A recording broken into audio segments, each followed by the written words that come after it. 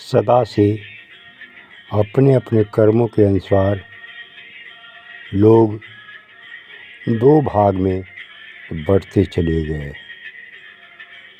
एक भाग ज्ञानियों का तो दूसरा भाग अज्ञानियों का। एक भाग विद्वानों का तो दूसरा भाग मूर्खों का। एक भाग त्यागियों का तो दूसरा भाग धूर्तों का। एक भाग ईमानदारों का तो दूसरा भाग बेईमानों का। क्योंकि ये दोनों भाग बंटने का मुख्य कारण है पूर्वजन्म के कर्मों का संस्कार। उस संस्कार से आए और फिर धरती के वातावरण में आकर जैसी संगति हुई वैसे उनमें विकास हुआ।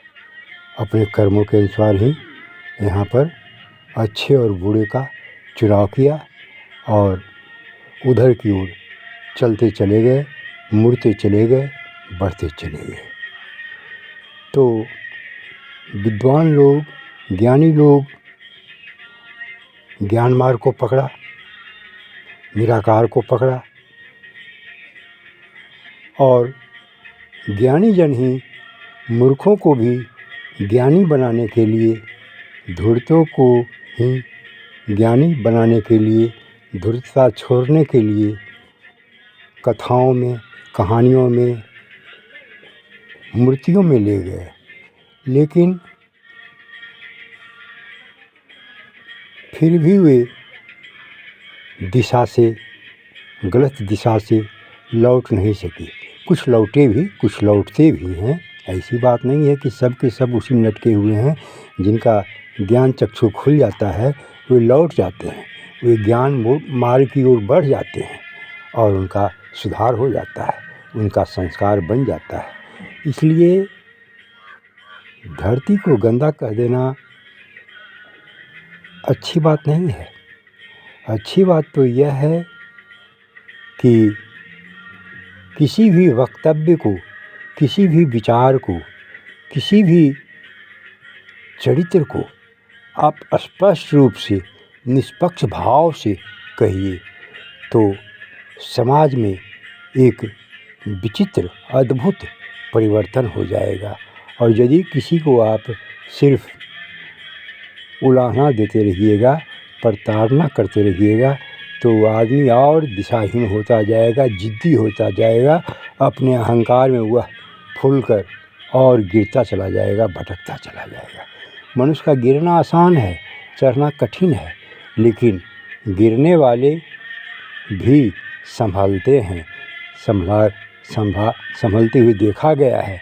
जैसे अंगुलीमाल गिरा हुआ था लेकिन बुद्ध ने संभाल लिया। जैसे बालिया लुटेरा भटका हुआ था, दिशाहीन था, लेकिन नारद ने उसे संभाल लिया।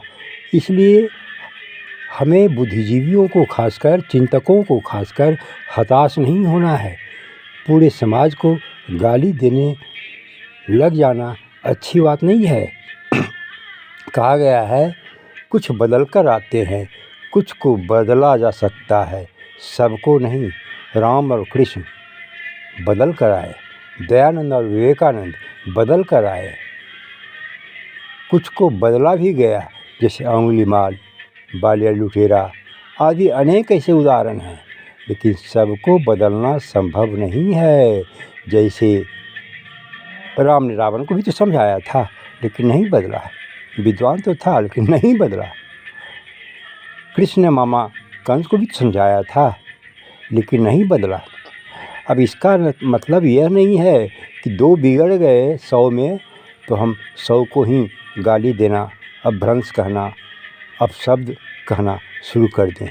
यह कोई हमारी विशेषता नहीं है। हर क्षण सुधारवादी विचारधारा का प्रयोग करना चाहिए, सकारात्मक विचारधारा का प्रयोग करना चाहिए।